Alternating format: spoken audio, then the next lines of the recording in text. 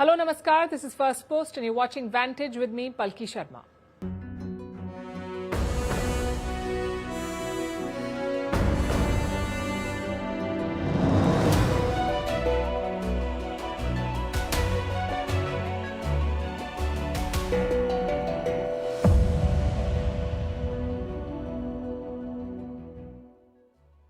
Hello and welcome to Vantage. We are coming to you from the Ideas Pod studio in New Delhi, right on the sidelines of the Raisina dialogue. It's been a busy day here today. Hundreds of politicians, business leaders, thought leaders from all over the world have gathered here. They will be discussing some of the biggest issues of our times, from artificial intelligence to tariffs and the war in Ukraine. Firstpost is collaborating with Raisina Dialogue to bring you the Ideas Pod. Dozens of leaders and policy experts will be joining us right here in this studio over the next 2 days, so it promises to be an exciting couple of days. Over in West Asia, there are fears of a new war, this time between the US and the Houthis of Yemen. President Trump is pounding them relentlessly. But what's his end goal? We'll discuss that. Also, the New Zealand Prime Minister is visiting India. He made a big announcement on trade and defense, while Prime Minister Modi flagged a few concerns. In Ukraine, all eyes will be trained on Washington, D.C. Donald Trump will get on the phone with President Putin tomorrow. It's a make-or-break moment in the truce talks. In Pakistan, yet another attack in Balochistan. What is Islamabad's strategy to contain this situation? We'll also bring you the top highlights from Prime Minister Modi's latest podcast. All this and more lined up. The headlines first.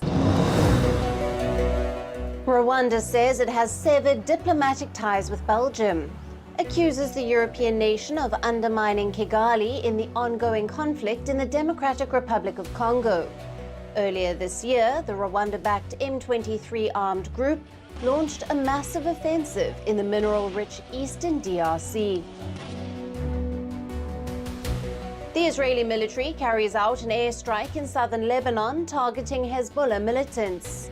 It is the latest in a series of deadly strikes in the area, despite a ceasefire agreement that took effect in November. The truce largely halted the fighting between Hezbollah and Israel, which included 2 months of open war in which Israel sent in ground troops. Canada's Prime Minister Mark Carney invites Ukrainian President Volodymyr Zelensky to the G7 summit in June. It will be held in the western province of Alberta. Carney, who took office last week, spoke to the Ukrainian leader over the weekend.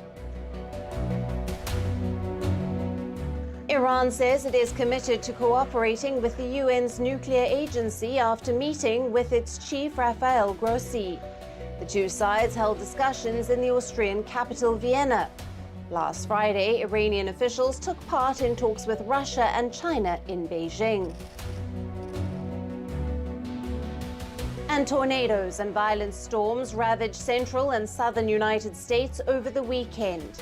The death toll has risen to at least 40 people, with dozens more injured. Last year, the United States saw the second highest number of tornadoes on record.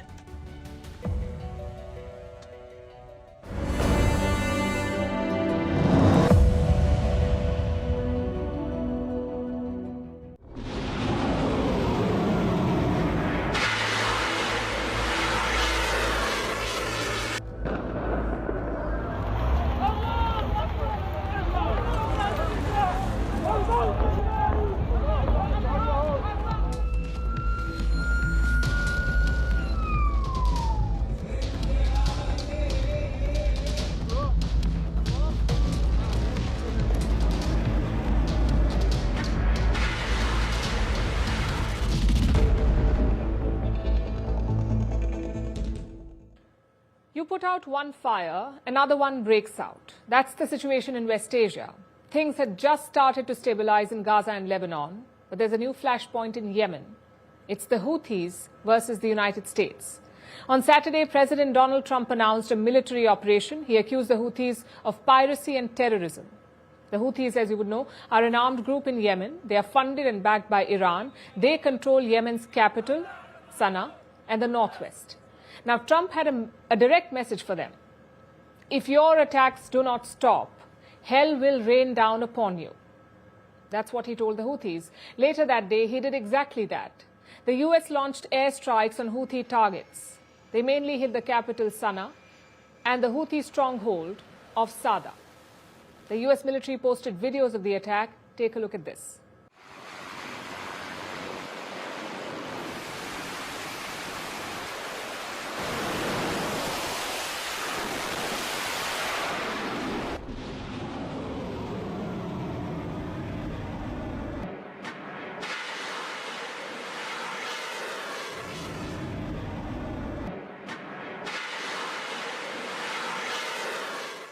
Trump and his officials were monitoring the strikes. The White House later published some pictures. They show Trump in his typical golfing attire, white T-shirt and a red MAGA hat. Over in Yemen, the toll is massive.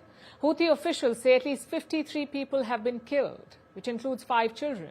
They say the US hit residential areas in Yemen, and the videos show the true extent of the damage. You can see mangled beams, blocks of broken concrete, and buildings reduced to rubble. Take a look at this now.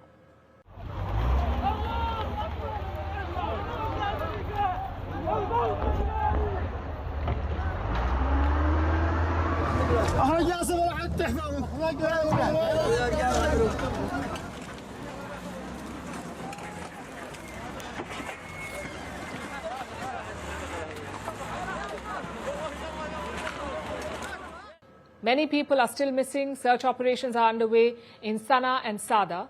The goal is to rescue people trapped under the rubble. But right now, time is running out for them, and the US is not done yet. Their military says this operation will continue. The first round of strikes was on Saturday, and the second was this morning. Trump's national security advisor claimed multiple Houthi leaders had been taken out. He says the attacks are meant to be overwhelming.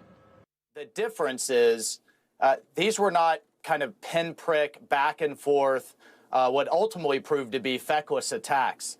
This was an overwhelming response that actually targeted multiple Houthi leaders and took them out.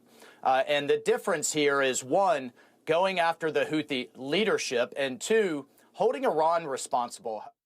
So the US is not interested in restraint. They want to drive fear into the hearts of the Houthis, which raises 2 questions. Why now, and will it work? You see, since 2023, the Houthis have been attacking ships in the Red Sea. First, they targeted only Israeli ships, but eventually other vessels were also hit. Their goal was to put pressure on Israel to make them stop the war in Gaza. When the war ended, so did the Houthi attacks. Then earlier this month, something changed.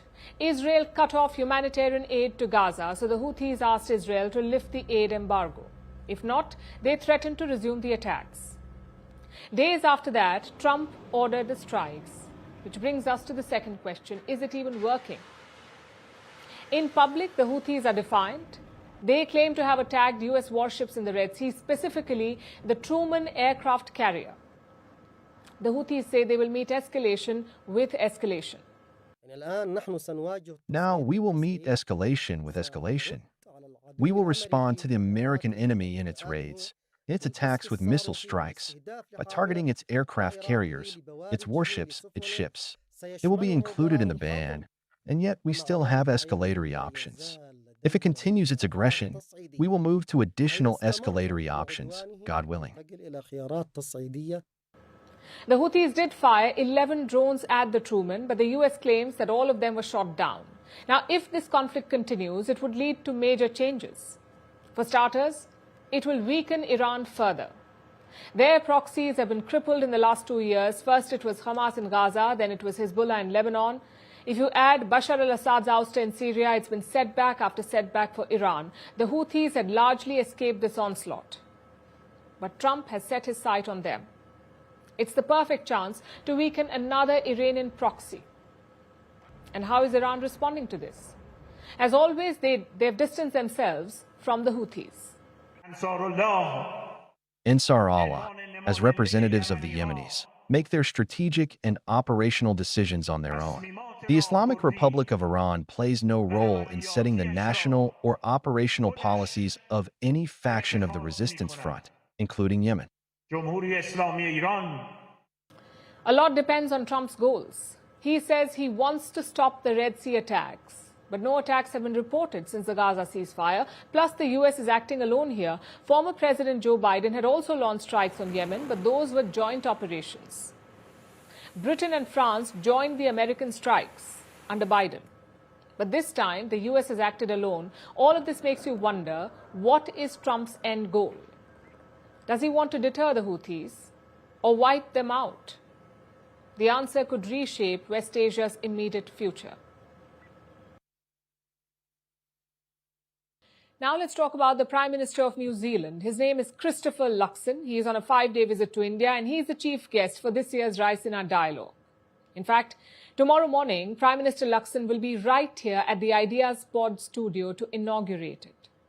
So make sure you don't miss our coverage. In the meantime, let's tell you more about the visit and the bilateral ties between India and New Zealand. Prime Minister Luxon arrived in New Delhi last night and he has come with a large delegation, perhaps the largest a Kiwi Prime Minister has ever travelled with. And in India, Prime Minister Modi rolled out the red carpet for him. मैं प्रधानमंत्री लक्ष्मण और उनके प्रतिनिधिमंडल का भारत में हार्दिक स्वागत करता हूं। प्रधानमंत्री लक्ष्मण भारत से लंबे समय से जुड़े हुए हैं। कुछ दिन पहले ऑकलैंड में होली के रंगों में रंगकर उन्होंने जिस तरह उत्सव का माहौल बनाया, वह हम सब ने देखा। उन जैसे युवा, ऊर्जावान और प्रतिभाशाली लीडर का इस वर्ष रायसीना डायलॉग का मुख्य अतिथि होना हमारे लिए खुशी की बात है। New Zealand is eager to expand ties with India. Prime Minister Luxon is personally investing in this relationship. And he's no stranger to India. Before becoming Prime Minister, Luxon worked in the private sector. He was associated with brands like Unilever and Air New Zealand. As an executive, he used to visit India quite frequently. And it was during those visits that Luxon became bullish on the India story. He witnessed the rise of the Indian middle class. He saw how they were getting wealthy and how the Indian economy was expanding rapidly. Luxon, in fact, has spoken about this. Let me quote from what he said. India's got a rapidly rising middle class, which creates huge trade opportunities. Those citizens now don't have worries about where their house is or what they're going to be eating tonight. They're actually saving for their retirement. They're sending their kids off on education. They want to travel more, and that's a huge opportunity for us. That opportunity is why Prime Minister Luxon is hoping to tap on. He wants a trade deal with India. As of today, India's trade with New Zealand is not very much. Last year, both sides traded goods worth just about $1 billion. This is from April 2024 to January 2025, $1 billion of bilateral trade. Prime Minister Luxon wants a comprehensive economic partnership with India. In fact, this is something that he campaigned on, a promise that he campaigned on during the election. And today he's got an opening.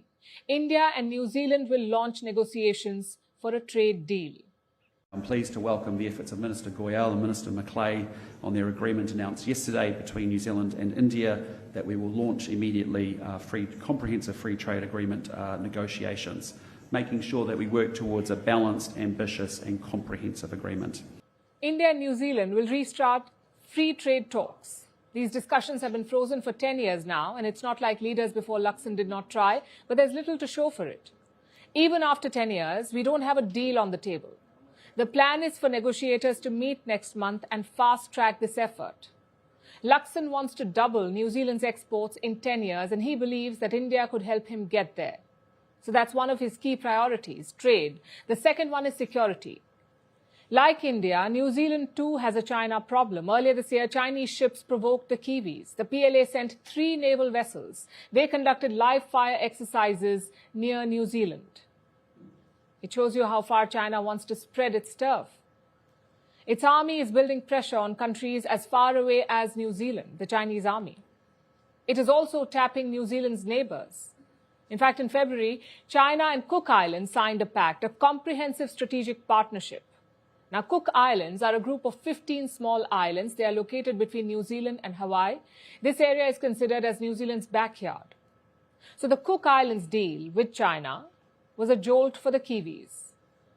China wants to control the entire Indo-Pacific, and this is a matter of concern because Beijing is creating security threats for both India and New Zealand. which is why Prime Minister Lakson wants India's help. He wants greater defense cooperation, he wants more military drills with India, and New Delhi would be keen to reciprocate, but there is one hiccup, and that is Khalistani separatism. Last year, there was a Khalistan referendum in Auckland. New Zealand allowed this event to go ahead. It was organized by Sikhs for Justice, which is a terrorist organization that has been banned in India. But New Zealand allowed them to hold a referendum on breaking up India. So you can imagine how sensitive this is for New Delhi. Khalistanis are separatists, and groups like Sikhs for Justice have been involved in terror activities. They call for breaking up the Punjab state from India. India has taken a strong stand on this issue, and we all know what happened with Canada. So New Zealand's response to India's concerns on this matter will be key. So far, it has made the right noises. In a statement last year, New Zealand said it respects India's territorial integrity. And now with their Prime Minister visiting and talking about deepening the partnership, we hope these wrinkles will be ironed out.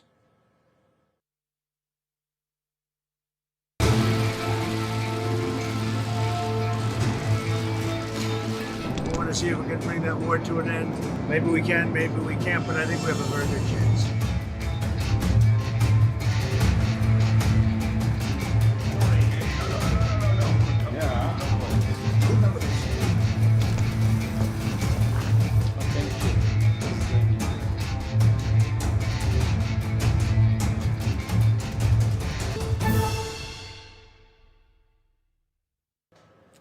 Last summer, Ukraine was riding high.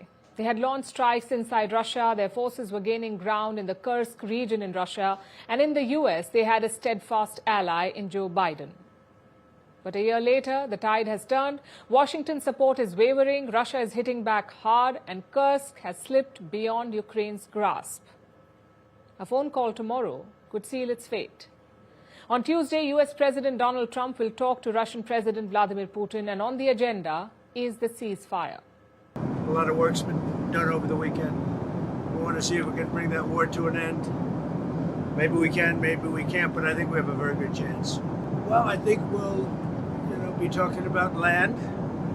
It's a lot of land. It's a lot different than it was before the wars, And we'll be talking about land. We'll be talking about power plants, because that's up, it's a big question.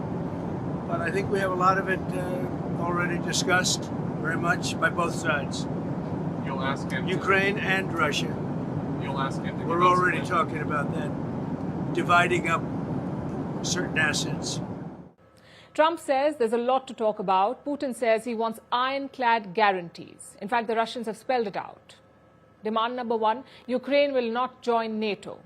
2, Ukraine will remain neutral. And 3, only unarmed post-conflict observers will be deployed to Ukraine. In other words, no European soldiers.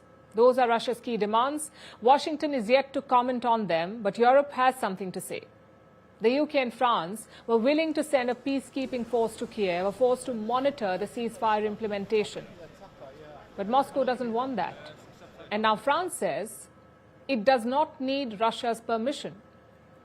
President Macron of France was asked about this, and he said Ukraine is a sovereign nation, so it's not up to Russia to decide. And what about Ukraine?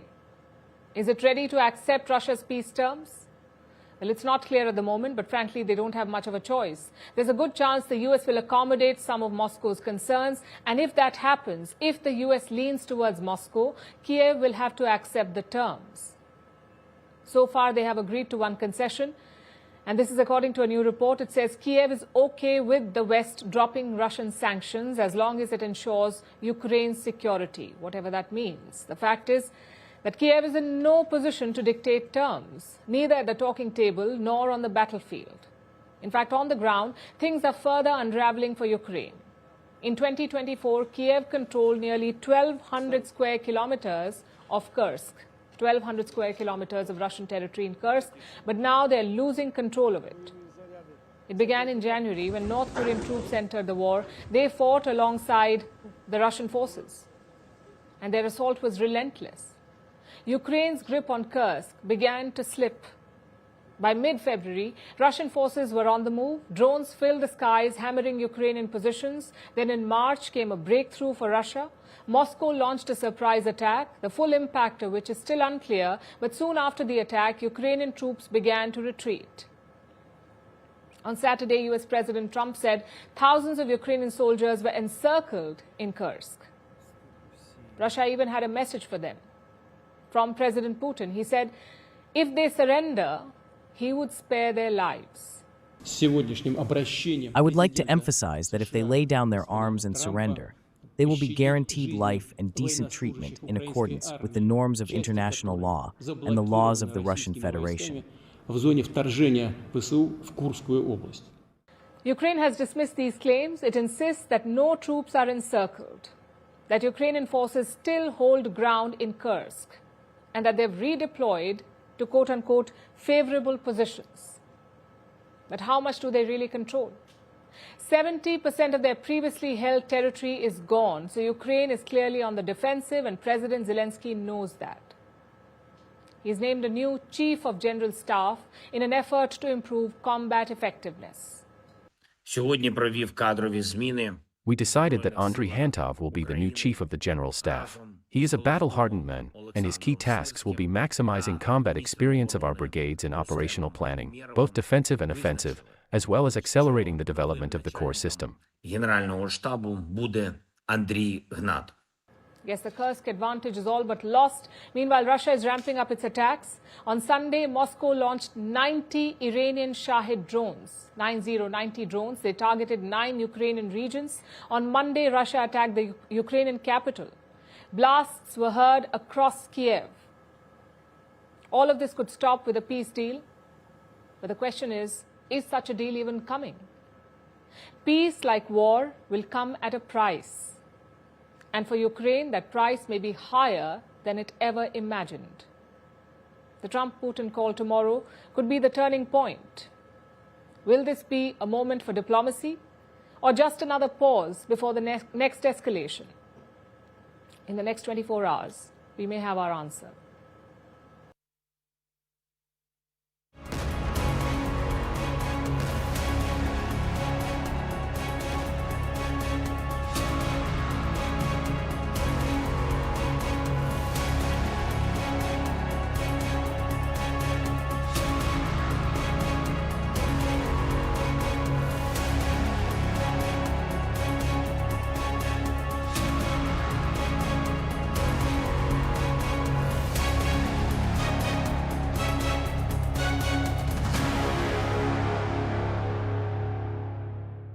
In Pakistan, the hunter has become the hunted. For decades, Islamabad sponsored terrorism in the region, but now they're at the receiving end. The only downside? Innocent Pakistanis are paying the price for it. And the generals? Still lounging in comfort. Last week, an entire train was hijacked in Balochistan. The attack was planned by the BLA, the Baloch Liberation Army, which is a separatist group in the region. On Sunday, they struck again. The BLA targeted a military convoy in the district of Noshki. They drove a truck full of bombs into the convoy. Take a look at this.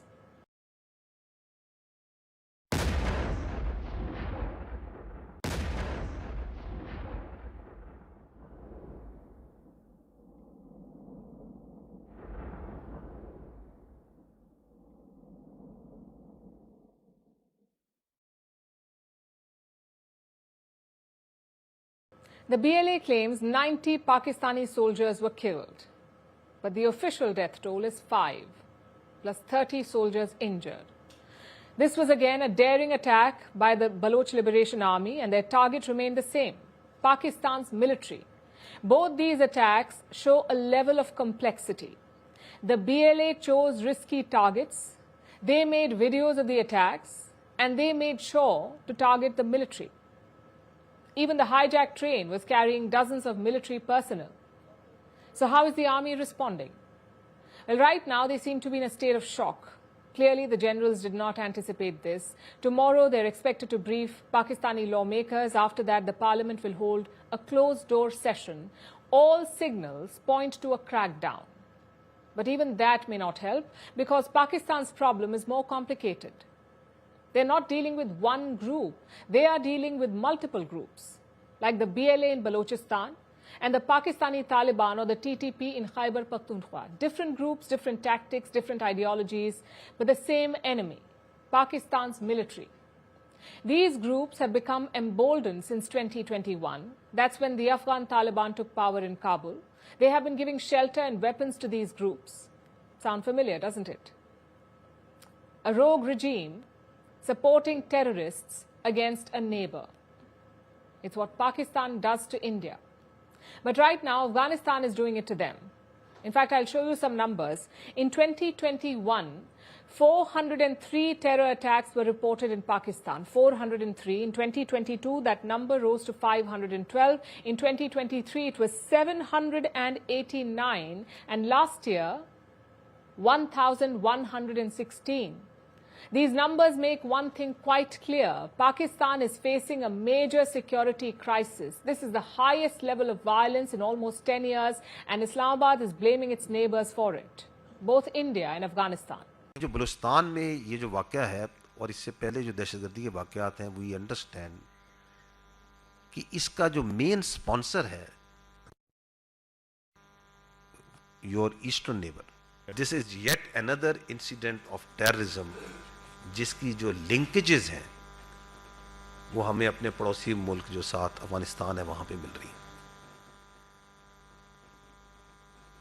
और it is a part of a process that is going on.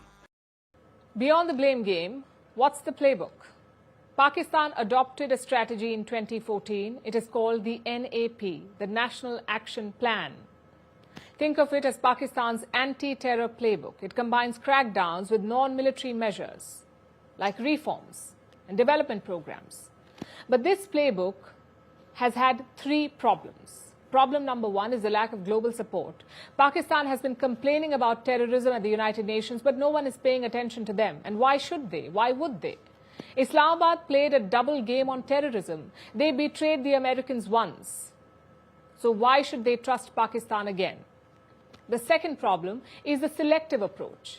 Pakistan may oppose the TTP or Baloch insurgents, but they still sponsor terrorism against India. They still have good and bad terrorists. As long as that does not change, Pakistan will not make progress. And finally, problem number three, the economy is still in the dumps. I mentioned non-military measures in the anti-terrorism plan. Measures like giving jobs to young people, building critical public infrastructure, and ensuring overall prosperity. Pakistan has not been able to do that, but frankly, none of this should surprise anyone. Pakistan created a radicalization factory. What else would it produce except terrorists? We live in a world of shifting alliances and rising security threats. No wonder then that intelligence diplomacy is taking center stage. This weekend, India played host to a high-profile security conclave, bringing together some of the most powerful intelligence chiefs from across the globe. It was convened by India's National Security Advisor Ajit Doval on the eve of the Raisina dialogue. Among the attendees was Tulsi Gabbard, the US Director of National Intelligence. This is her first visit to India in her current role. Behind closed doors, top officials discussed a range of topics like counter-terrorism, geopolitical tensions, and security challenges in the Indo-Pacific. What does this mean? This meeting, what does it mean for global security? And why does it matter now more than ever? On Sunday, India's National Security Advisor, Ajit Doval, convened a high-profile security conclave in New Delhi, bringing together top intelligence officials from across the world. Among them was Tulsi Gabbard, the US Director of National Intelligence. This was her first visit to the country in this new role. This meeting was held behind closed doors on the eve of the Raisina dialogue. It underscored the increasing importance of intelligence sharing and international cooperation in countering security threats. Gabbard's visit to India is part of a broader multi-nation tour that includes Japan, Thailand, and France. She's in New Delhi for a 2.5-day visit. It's the first high-level engagement between India and the intelligence arm of the new Trump administration. The former congresswoman and presidential candidate took charge as the DNI earlier this year and this trip signals a strengthening of Indo-US security ties. In her one-on-one meeting with Doval, the discussions focused on bolstering intelligence sharing mechanisms and deepening cooperation. She also met with Defense Minister Rajnath Singh. The meetings that I've had here with different Indian government officials and intelligence officials really is set on that foundation of how we can continue to integrate, how we can continue to strengthen our relationship, not only, of course, in my area of intelligence, but we're looking at commerce and trade and defense and education. There's nothing but opportunity that I see here in the US-India partnership. India has hosted this conclave since 2022. That's when the intelligence chiefs started meeting quietly on the sidelines of the Raisina dialogue. This conclave served as a crucial forum for intelligence and security officials from nations, including Five Eyes members like Australia, New Zealand, the UK and Canada. There are no details about the agenda, but reports suggest that the focus was on counter-terrorism, rising security threats, and the Indo-Pacific region. Obviously, as it relates to China, there are challenges. There are also opportunities. And we have two leaders of two very important countries who will play a very central role in taking on those challenges, resolving issues where they exist, and also maximizing any opportunities. Also present at the meeting was Daniel Rogers, the head of the Canadian Security Intelligence Service. India-Canada ties have been strained since the killing of Hardeep Singh Nijjar in 2023. Former Canadian Prime Minister Justin Trudeau accused Indian agents of involvement. There was diplomatic fallout and a severe deterioration in relations. While no official statements were made, this conclave provided an opportunity to ease tensions and find common ground on counter-terrorism cooperation. While this conclave is significant, it is not unprecedented. Over the years, India has hosted several high-level security meetings, recognizing the importance of intelligence diplomacy. Past gatherings have paved the way for joint counter-terrorism operations, intelligence sharing pacts, and deeper strategic partnerships. This latest meeting reinforces India's growing role as a key player in global security discourse. As conflicts become more complex and transnational threats more sophisticated, intelligence diplomacy will play a bigger role, especially in shaping international security policies. While the outcomes of this conclave remain unknown, the message is clear. Intelligence partnerships are no longer optional, they are imperative. Now let's turn our attention to North Macedonia. This is a small, landlocked nation in southeastern Europe. It is home to just 1.8 million people, and they have witnessed the worst tragedy in recent memory. A fire at a nightclub has killed at least 59 people. This is the biggest loss of life in the country since the early 1990s. More than 150 people have been injured, suffering from extensive burns and carbon monoxide poisoning. So how did this tragedy unfold? And who is at fault? Our next report tells you. 1,500 clubgoers crammed into a nightclub in the eastern town of Kočani in North Macedonia, enjoying a concert by the popular hip-hop duo DNK. Then, around 2:30 a.m., pyrotechnic devices on the stage went off. Sparks hit the ceiling made of highly flammable material. Within moments, the flames spread violently. Scenes of chaos erupted inside the club. Musicians urged people to escape quickly, most of whom were teenagers and young adults. People were running through the smoke, rushing towards the exit, getting caught in the crush, and being trampled on. The fire broke out. Everyone started screaming and shouting, "Get out! Get out!"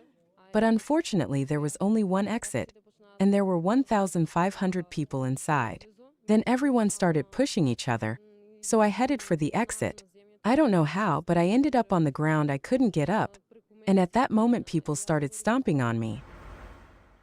As the blaze ripped through the nightclub, at least 59 people died, including one of the two lead singers. More than 155 people were injured. dozens of whom suffered from extensive burns and carbon monoxide poisoning. I am the father of one of the children affected by the great tragedy. She has burns, also has smoke inhalation. I just know that there are many children who have suffered. The doctors are doing their job, but the number is big. This is the worst tragedy in recent memory to befall North Macedonia, which is home to about 1.8 million people. This small Southeast European country has declared a 7-day period of mourning. The government has offered its condolences. We express our condolences to the families of the victims, and we need to remain calm in our intention to take all steps to ensure that such a thing never happens again. Many European leaders have condoled the tragedy, including European Commission President Ursula von der Leyen and neighboring Serbian President Aleksandar Vučić. An investigation is underway. According to the preliminary findings, the nightclub was operating illegally with a crowd far exceeding the venue's capacity. The nightclub had a falsified license issued in March 2024 for a bribe. Therefore, everything that's happening and will happen must have criminal responsibility for every last one involved, regardless of who they are, from which institution, from what level, from which party and profession, and so on, up to the very last one. Police have detained 15 people for questioning under the suspicion of bribery and corruption. After all, the club was previously a carpet warehouse. It didn't have a license to operate. The building had only one exit, which fueled the stampede, and the fire extinguishing system had faults. The government has been quick to respond with a probe. The seriously injured are receiving treatment in specialist clinics across Europe, in Bulgaria, Greece, Serbia, and Turkey. But the anger among the people is palpable.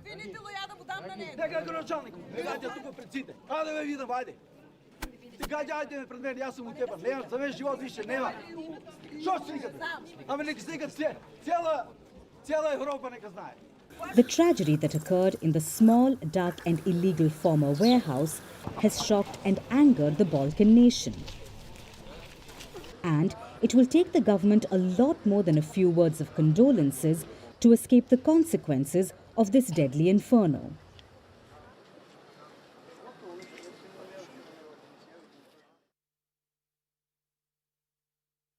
Let's turn to India now, where Prime Minister Narendra Modi is riding the podcast wave.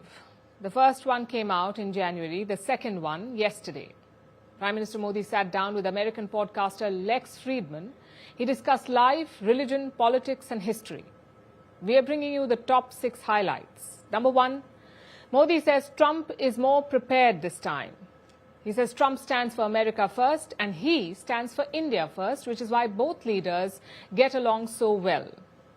I have observed President Trump both during his first term and now in his second run. This time, he seems far more prepared than before. He has a clear roadmap in his mind, with well-defined steps, each one designed to lead him toward his goals. Modi also praised Trump for his courage, especially after the assassination attempts last year. Next is highlight number 2. Prime Minister Modi wants a reset with China. He pointed to both historical and contemporary equations. If we look back centuries, there's no real history of conflict between us. Of course, differences are natural, but our focus is to ensure that these differences don't turn into disputes. Since the 21st century is Asia's century, we want India and China to compete in a healthy and natural way. That's a clear commitment from Modi. He wants a healthy relationship with China. It also shows how the tone has softened. Just last year, India was slamming China for violating agreements and renaming sites, but now the approach is more positive. Even China's foreign ministry has noticed this. They have welcomed Prime Minister Modi's remarks. Next is highlight number 3. Prime Minister Modi is hopeful of a peace deal in Ukraine. He says he told Putin that this is not the time for war. And he told Zelensky the resolution will only come at the talking table. Modi is basically telling Ukraine to wake up and smell the coffee. Regardless of how many people stand with you in the world, there will never be a resolution on the battlefield. Ukraine may hold countless discussions with their allies, but it will bear no fruit. A pretty clear message to Zelensky here. Don't think your allies will help you out. Sit down with President Putin and talk things out. The Prime Minister also referred to Trump's change in position. He says it creates an opportunity for meaningful and productive talks. Highlight number 4, criticism of global institutions. Organizations like the United Nations came into being after the First World War. But they failed to evolve with the times. And this inability to adapt has sparked a global debate on their relevance. The timing of this criticism is key. Political bodies like the United Nations have failed to stop conflicts. Trade bodies like the World Trade Organization have failed to stop tariff wars. So their relevance is indeed under question. It is also why India is pushing for reforms. And next is highlight number 5, Pakistan and terrorism. Prime Minister Modi recalled his outreach in 2014 when he first took office. He invited then Prime Minister Nawaz Sharif to his swearing-in ceremony in 2014, but the warmth was not reciprocated. Modi says terrorism is deeply rooted in Pakistan, but he also said the people of Pakistan yearn for peace, that they are weary of the bloodshed. Highlight number 6 is artificial intelligence. We have been debating the question of whether AI can replace us. The Indian Prime Minister says it cannot. I firmly believe that no technology can ever replace the boundless creativity and imagination of the human mind. Now look, humans have an innate ability to care for each other. The natural tendency to be concerned about one another. Now, can someone tell me, is AI capable of this? A strong vote for human creativity, which brings us to the final highlight, Elon Musk and Doge. Every country is now debating the idea of cost-cutting. Indian Prime Minister Modi is also in favor of it. He says the Doge mission makes him happy. He also drew parallels to India, things like ghost names in a pension scheme or benefits being given to people who were not eligible for them, like a widow pension before marriage. So put together, this conversation was around 3 hours and 17 minutes. It was basically a window to Prime Minister Modi's worldview about diplomacy, about conflict resolution, about global institutions and about the changing world order. The PM rarely goes into such detail about these issues, but this time he did. And in the process, he gave a glimpse into Modi, the statesman. He's completed almost 11 years in office. He's one of the most experienced world leaders going around. And clearly, he's keen to take up that extra responsibility. We've seen Modi, the politician, and Modi, the prime minister. This time, we saw Modi, the statesman. It's round 2 of the US versus South Africa battle. Washington has launched another attack. It has expelled South Africa's ambassador to the United States. The ambassador's name is Ibrahim Rasool. His ouster was announced by US Secretary of State Marco Rubio. Rubio called Rasool a race-baiting politician who hates America and hates POTUS. POTUS, of course, stands for President of the United States. So Rubio says the ambassador hates President Donald Trump. This was apparently why he was declared persona non grata and given a few days to leave the US. And like I said, this is just the latest spat between the US and South Africa. Our next report tells you why the two countries are at loggerheads. US Secretary of State Marco Rubio put up this social media post on Friday. He said that South Africa's ambassador to the US was no longer welcome there. Rubio called Ambassador Ibrahim Rasool a race-baiting politician who hates America and hates Donald Trump. Rubio also put up a link to a news article. It has a provocative image where it looks like the ambassador is saying that Trump is leading the global white supremacist movement. He didn't actually say those words. That's just the title of the article. When you click the link, the image has different subtitles. But the article implies the same thing. It says the South African ambassador was addressing a seminar and he told his audience that Donald Trump is leading a white supremacist movement. The article quotes a part of Ambassador Rasool's speech, starting from the middle. The ambassador said some things before the part that was quoted, which could provide more context. The speech is free for everyone to see online. But Rubio probably doesn't care about that. The particular article's interpretation gave him a reason to expel the South African diplomat. Reports say that Rasul wasn't a popular figure in Washington because of his criticism of Israel, his pro-Palestine stance, and his alleged past criticism of Donald Trump. So it seems Rasul had a target on his back, and his recent speech was just the excuse Rubio needed to expel him. South Africa noted the expulsion. Pretoria called it regrettable, but said that it remains committed to building a mutually beneficial relationship with the United States of America. So it sounds like South Africa will not retaliate. Rasul's expulsion is just the latest salvo in the growing spat between the US and South Africa. Last month, Trump signed this executive order, halting all US aid to South Africa. Washington accused Pretoria of treating its Afrikaner minority with shocking disregard and trying to seize their property without compensation. This has not happened. South Africa just updated a law from the 1970s. The updated bill could allow South Africa's government to seize land under exceptional circumstances, but the Trump administration believes that the new law is unjust and immoral, so they cut aid to South Africa. That isn't all. Rubio also boycotted a G20 meet in South Africa last month. He repeated the false charge that Pretoria was expropriating private property. And he said South Africa was using G20 to promote DEI, diversity, equity and inclusion. Trump and his team are dead against DEI, so Rubio said he would not attend the G20 meeting. It seems like Washington is spoiling for a fight with Pretoria. But the South African government keeps trying to diffuse tensions. One explanation for this could be a critical trade deal. The African Growth and Opportunity Act. This deal lets sub-Saharan countries, including South Africa, sell some goods to the US duty-free. The deal is a boon for South African exports, so they don't want to get kicked off the program. But that doesn't mean that Pretoria is happy about all of this. So it may be looking for other trading partners. This summit is taking place at a time of global uncertainty. A global uncertainty which we spoke a little bit about in our tete-a-tete, which is characterized by rising unilateralism, economic nationalism, and a retreat from what we've always wanted to advance, which is adherence to international law, a world order that seeks to advance all nations, which is also departing from what we would call human rights culture. South Africa's President Cyril Ramaphosa met with a European Union delegation last week.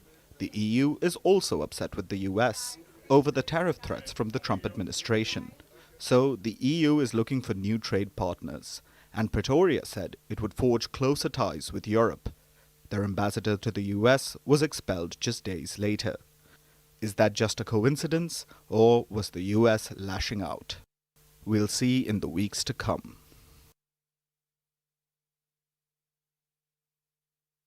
Imagine this. You go on a foreign business trip for about a week, then things go horribly wrong. There is one technical hiccup after another.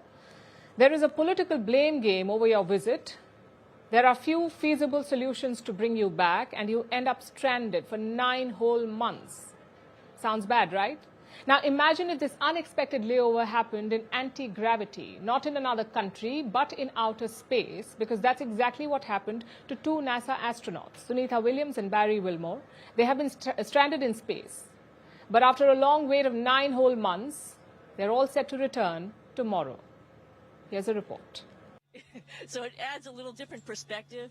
And NASA astronauts Sunita Williams and Barry Wilmore have remained in space for months longer than expected. But they could be back tomorrow. Let's get going. Now let's put some fire in this rocket. The saga began in June 2024. The pair arrived at the International Space Station to test a spacecraft called Starliner. It was built by the aerospace firm Boeing. Williams and Wilmore were due to be on the ISS for only 8 days. But there were technical issues in the experimental spacecraft. The astronauts could not come back on it. So NASA decided to bring them on Boeing's rival SpaceX's Dragon capsule.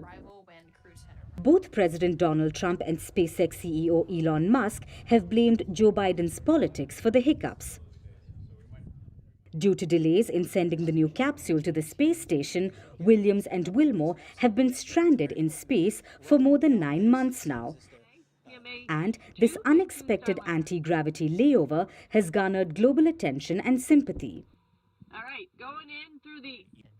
But things are about to change. Last week, NASA said that a replacement crew of astronauts will be launched to the ISS.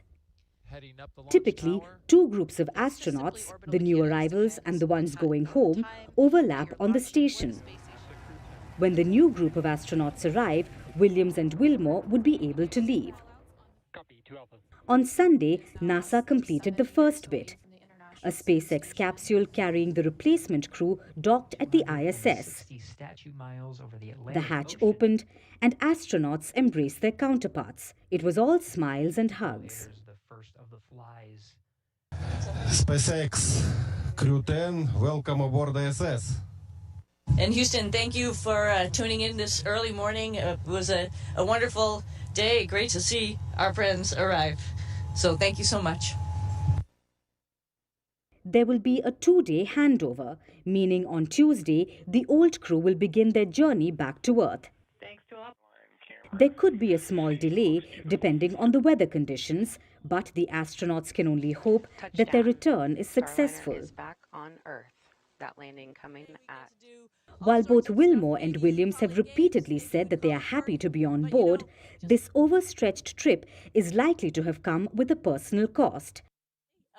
And we're not just talking about the separation from one's home and family. Spending long periods of time without gravity can wreak havoc on the human body. It can cause bone density loss, reduce blood volume, change the way blood flows, leading to clots, weaker eyesight, and problems that come with exposure to radiation in space.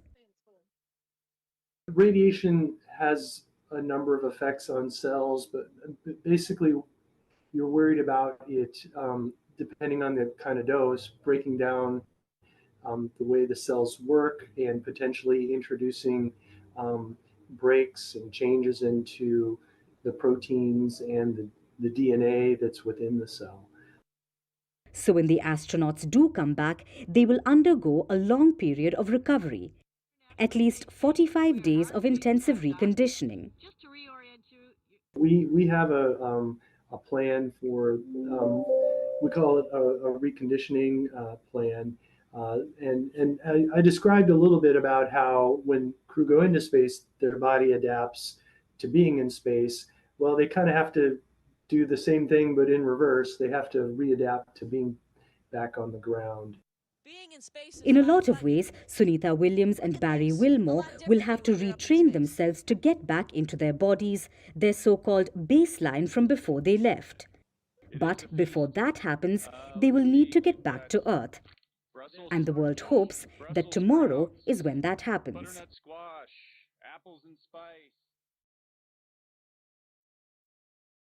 I want you to take a moment and think about all the stories that we covered in today's show, spanning different geographies, featuring different world leaders and focusing on different issues. What is the one theme that sums them up? Our world is changing rapidly. There are constant disruptions, shifting alliances, and rising risk of conflict. At a time like this, dialogue is the only way forward, and that's the message that India has for the world. In fact, India is giving a platform to thought leaders and policymakers to engage in conversation through its premier global summit, the Raisina Dialogue. It starts today. We at Firstpost are partnering with the Observer Research Foundation, or ORF, to bring you the Ideas Pod, where we'll feature more than 30 interviews and discussions with world leaders. Earlier today, we spoke with Samir Saran, the president of ORF and curator of the Raisina Dialogue, to understand the theme and the highlights and to tell you what you can expect. Here's a snippet of that conversation.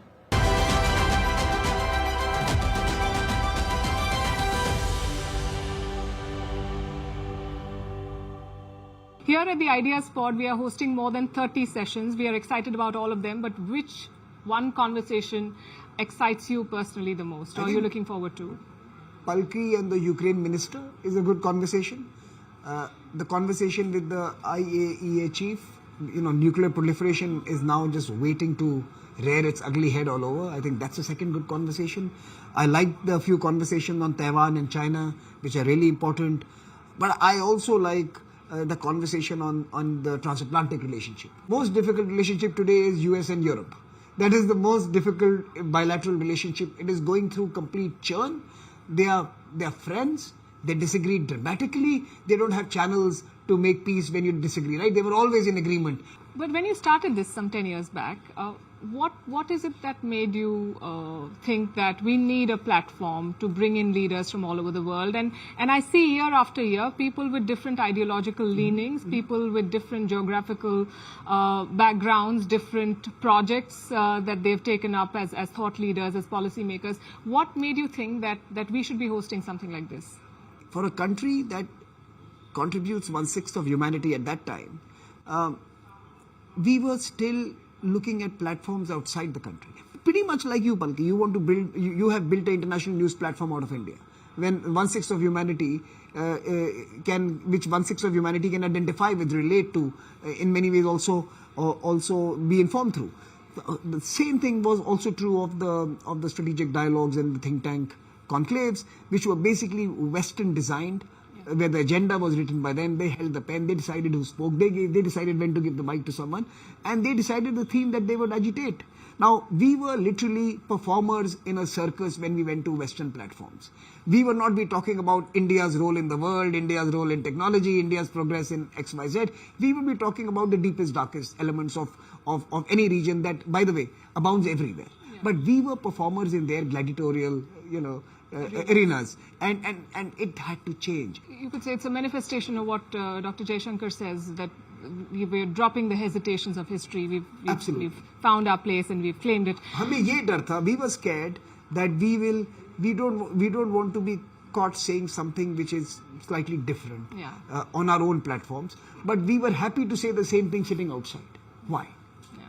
We should have the debates here. In fact, we should also create some of our own circuses here. We should have people come and fight out their regional and domestic squabbles here. I see how you curated some of the panels. Yeah, it's time for us to see to have the ringside view of certain other conversations. I have seen the big charts that you furiously write on. But do you want to tell our audience what does it take to pull off a summit of this magnitude with so many players, so many egos to manage, so much logistical challenge? It takes 20 committed team members who are willing to forego their personal lives for a longest period. Have they heard of work-life balance? Burnout? I'm telling you, I have heard of it and I'm still trying to discover it. Today, the team is fantastic. We have 2,000 folks, 131 countries. We have 7 hotels. We have thousands of flights to curate, but they do it with a smile and they do it very well.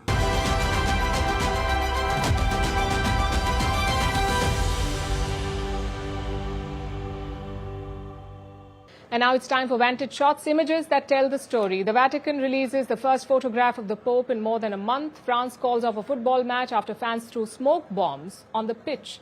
And a pet-friendly tram offers a unique experience in China.